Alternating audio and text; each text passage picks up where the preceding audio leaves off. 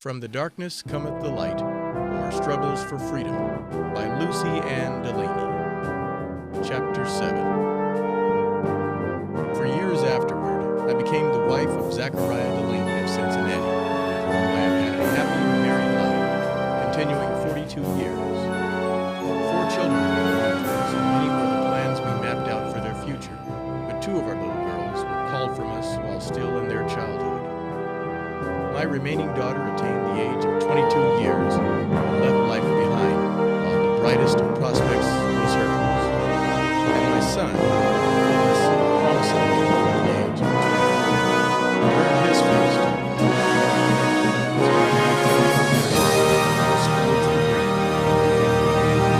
yet one consolation was always mine. Our children were born free and died free. Their childhood and my maternity were never shadowed with a thought of separation. The grim reaper did not spare them, but they were as treasures laid up in heaven. Such a separation one could accept from the hand of God with humble submission, for he calleth his own. Mother always made her home with me until the day of her death. She had lived to see the joyful time when her race was made free, her chains struck off, and their right to their own flesh and blood lawfully acknowledged.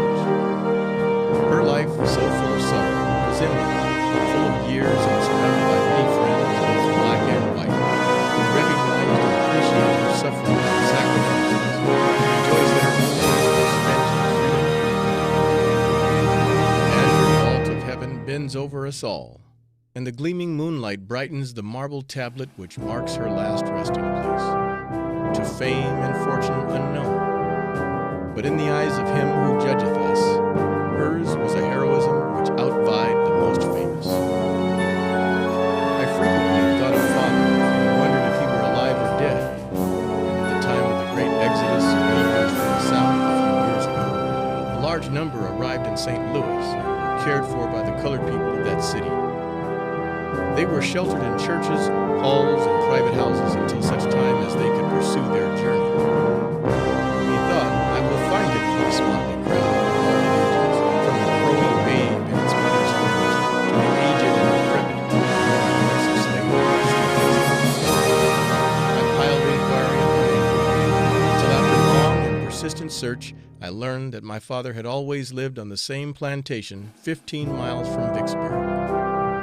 I wrote to my father and begged him to come and see me and make his home with me, sent him the money so he would be to no expense, and when he finally reached St. Louis, it was with great joy that I received him.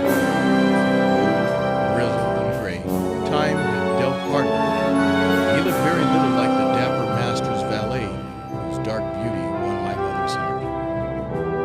45 years of separation, hard work, rough times, and heart longings had perseveringly performed its work, and instead of a man bearing his years with upright vigor, he was made prematurely old by the accumulation of troubles.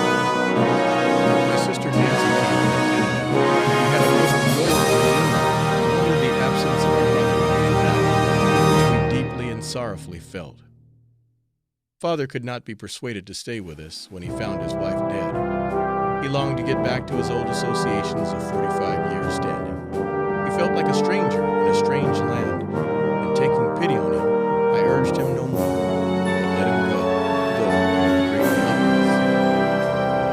There are, abounding in public and private libraries of all sorts, lives of people which fill our minds with amazement, admiration, sympathy, and indeed with as many feelings as there are people.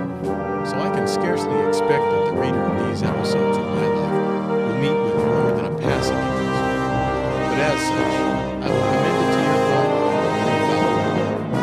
To be sure, I am deeply sensible that the story, as written, is not very striking in appearance, but I have brought you with me face to face with only a few of the painful facts engendered by slavery, and the rest can be drawn from history.